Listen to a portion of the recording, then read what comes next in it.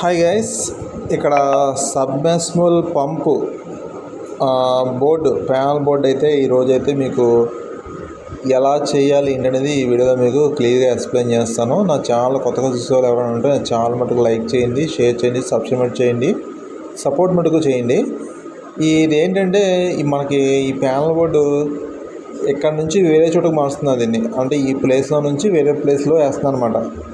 ఓకేనా. ఇక్కడ మనకి ఏంటంటే ఇక్కడ చూడండి ఆర్వైబి వచ్చింది కదా. ఆర్వైబి అంటే ఏంటంటే ఆర్ అంటే రెడ్, వై అంటే ఎల్లో, బి అంటే బ్లూ అనమాట.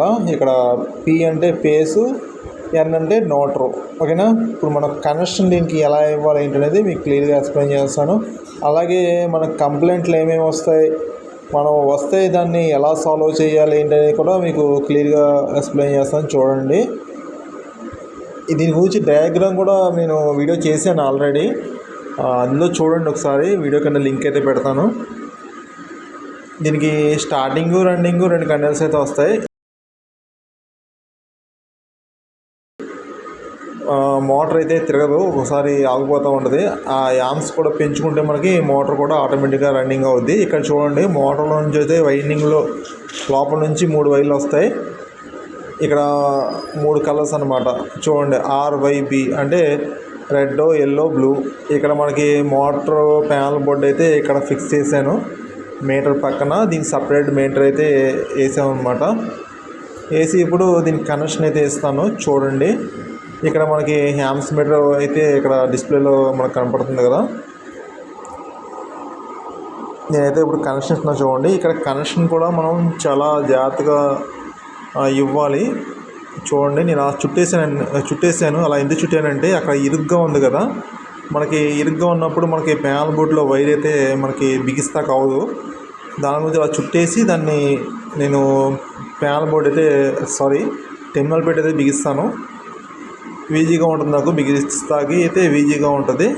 ఎప్పుడైనా మీకు ఇదిగోండి మొత్తం బిగిచ్చేసాను, కనెక్షన్ అయితే ఇచ్చేసాను. చూడండి, ఇదిగోండి ఇప్పుడైతే నేను ఈ ప్యానల్ బోర్డు అయితే బిగిచ్చేసాను. ఇప్పుడు మీటర్లో కనెక్షన్ అయితే ఇస్తున్నాను. చూడండి, ఇదిగోండి ఇది నోటర్ వైర్. ఈ నోటర్ వైర్ దీంట్లో కలిపేస్తున్నాను. ఇక్కడ చూడండి, కరెక్ట్గా చూడండి, నేనైతే కలిపేసాను వైరు. మీకు ఒకసారి చెక్కింగ్ చేస్తున్నాను. చూడండి, అదిగోండి అది పేస్ వైర్. పేస్ వైర్ అయితే కలుపుతున్నాను ఇప్పుడు. ఎందుకంటే ఫ్రెండ్స్, మీరు కరెక్ట్గా మీకు చూస్తే ప్రాక్టికల్గా నేను చేసి చూపిస్తే ఇంకా క్లియర్గా అర్థమవుతుందని చెప్పేసి నేను ఈ వీడియో అయితే చేస్తున్నాను. ఎందుకంటే ఇలాంటి వీడియోలు నా ఛానల్లో వస్తూనే ఉంటాయి. మీరు కంపల్సరీ సపోర్ట్ చేయండి. సపోర్ట్ చేస్తే ఇంకా మంచిగా వీడియోలు అయితే చేస్తాను. ఇక నేను పేస్ అయితే చెక్ చేస్తాను, కరెక్ట్గా ఉంది. నోటర్ కూడా కరెక్ట్గానే ఉంది. ఎప్పుడైనా మీకు ఏదైనా డౌట్ ఉన్నా సరే నన్ను అడగవచ్చు మీరు. నేను ఫీజ్ అయితే పెడుతున్నాను. ఫీజ్ అయితే ఏసీ లేదు చెక్ చేసుకోవాలి. ఫీజ్ అయితే లేదు దానికి. మనం ఫీజ్ వైర్ అయితే వేద్దాం. ఎందుకంటే ఫ్రెండ్స్ మనకి ఇదిగోండి ఫీజ్ వైర్ అయితే వేసాను.